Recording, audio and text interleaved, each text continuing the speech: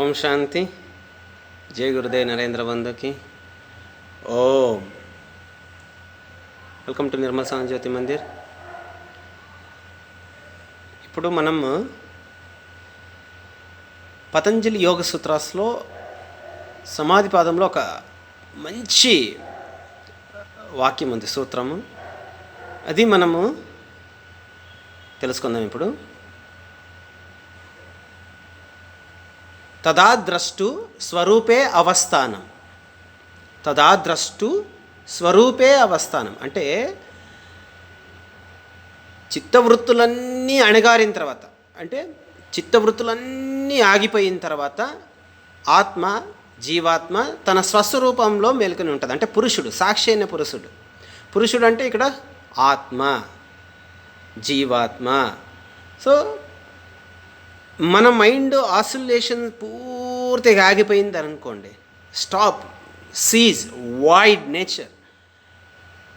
సహజ సిద్ధంగా ఉన్న పురుషుడు, ఆత్మ తను తెలుసుకుంటాడు, నేను ఎవరిని అని. ఆత్మస్వరూపుడై ఉంటాడు. అప్పుడు నేను సో అండ్ సో నేము, నేను సో అండ్ సో దట్, నేను సో అండ్ సో దిస్ ఏ ఉండవు అప్పుడు. ఓకే, నేను ఆత్మను అని ఆటోమేటిక్గా ప్రకటించుకుంటుంది. అంటే అది ఎలా అంటే, ఇప్పుడు ఒక లేక్ తీసుకుందాం, అంటే ఒక సరస్సు, ఒక చెరువు, ఒక పైన ఒక రాయి విసిరేసామనుకోండి, అలలు పూర్తిగా షేక్ అవుతూ ఉంటాయి, తిరుగుతూ ఉంటాయి తరంగాల్లాగా, రైట్. అవి అక్కడ పుట్టినది చివరి వరకు అంటే పైన, అంటే ఎండ్, ఆ లేక్ ఎండ్ వరకు అవి ప్రవహిస్తాయి. అంటే కంటిన్యూ, అక్కడ స్టార్ట్ అయ్యింది కంటిన్యూగా ఒక డిస్టెన్స్ వరకు వెళ్తూ ఉంటాయి. ఇలాంటివి ఏ డిస్టర్బెన్సు లేకుండా పైన కూల్గా ఉన్న వాటర్, అప్పుడు ఏం చేస్తుంది, వాటర్ కూల్గా ఉన్నప్పుడు కింద ఒక బాటమ్ నీట్గా కనిపిస్తుంది. ఓకే, అంటే అలలన్నీ అణగారిపోయిన తర్వాత బాటమ్, ఉపరితలం నీట్గా ఎంత బాగా స్పష్టంగా కనిపిస్తుందో, అదేవిధంగా చిత్తవృత్తులన్నీ నశించిపోయిన తర్వాత ఆత్మస్వరూపులై ఉంటాము. అంటే సాక్షి అయిన పురుషుడు, అంటే పురుషుడు ఇప్పుడు భూమి కింద ఉపరితలం లేకుండా పైన ఏ వాటర్ నిలబడదు కదా, అలాగే ఆత్మ లేకుండా ఏవి లేవు. ఆత్మకు ఇవన్నీ సహాయకారులే. మన, బుద్ధి, చిత్త, అహంకారం, ఈ 4, అంటే మన, బుద్ధి, చిత్త, అహంకారం, ఈ 4, అంటే ఇది బ్రహ్మ. సో బ్రహ్మము అంటే ఆత్మస్వరూపం. ఈ మనసుకు, అంటే ఆత్మస్వరూపానికి ఈ 4 అంతఃకరణముగా పనిచేస్తాయి. ఏవి? మన, బుద్ధి, చిత్త, అహంకారం, ఈ 4 అంతఃకరణము. అంతఃకరణ చతుష్టయము అంటారు వీటిని.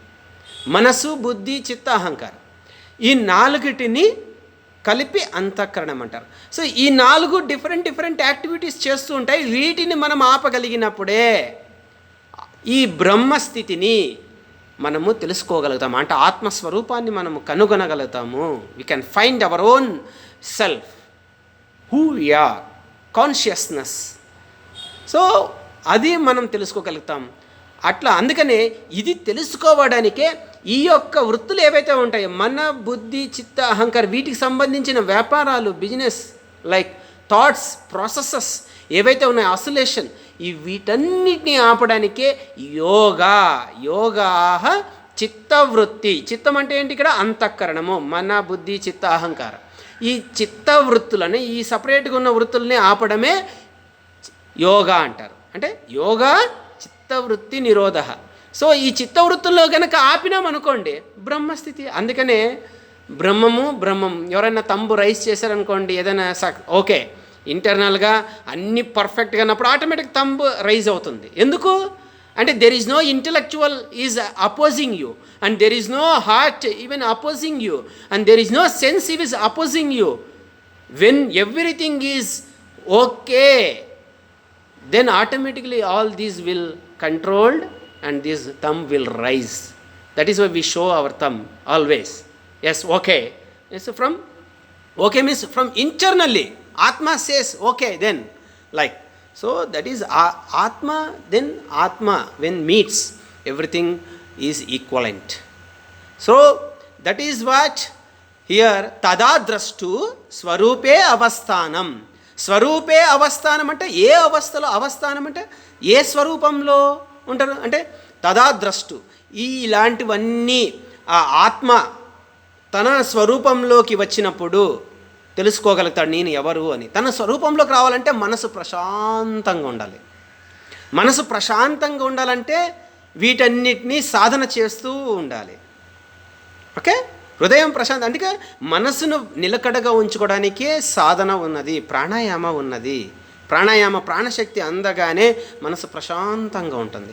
ఎట్లాగైతే బయటికి వెళ్ళినప్పుడు చల్ల గాలి తగులుతుందో మనకు ప్రశాంతంగా అనిపిస్తుందో హృదయపూర్వకంగా, అటువంటిదే ప్రాణశక్తి బాగా వెళ్ళంగానే ఈ మైండ్లో ఉన్న ఇంప్యూరిటీస్ అన్నీ all these will debate by itself. So and make soul be unconscious and make soul be in tragedy and అజ్ఞాన. సో ఇవన్నిటికీ మళ్ళీ దారి తప్పించే పరిస్థితి వస్తుంది. అందుకే ఈ అంతఃకరణాన్ని పూర్తిగా శుద్ధి చేయడానికే ప్రాణాయామ అండ్ ఆ బాడీని శుద్ధి చేయడానికి ఆసన, అప్పుడు ఆత్మ తను పరమాత్మతో కలవడానికి సాధన, ధ్యాన సాధన. ఈ మూడు ఆత్మ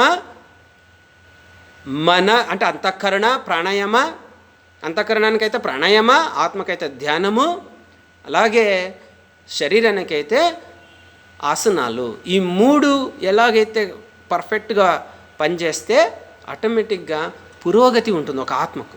సాధనలో తను ఒక ట్రాన్స్ఫర్మేషన్ తీసుకోగలుగుతాడు. అప్పటి వరకు ఊరికే పై వరకే ఉంటుంది, ఓన్లీ ఆసనాలు చేసావా బాడీ వరకే ఉంటుంది. ప్రాణాయామం చేసావా ఓన్లీ మైండ్ వరకే ఉంటుంది, బాడీ అధోగతి పోతుంది. ఎక్కువసేపు మెడిటేషన్ చేయాలంటే బాడీ అండ్ మైండ్ పూర్తి కంట్రోల్లోకి రావాల్సి వస్తుంది. అందుకే హఠ యోగ ప్రాక్టీస్ చాలా ఇంపార్టెంట్, రైట్?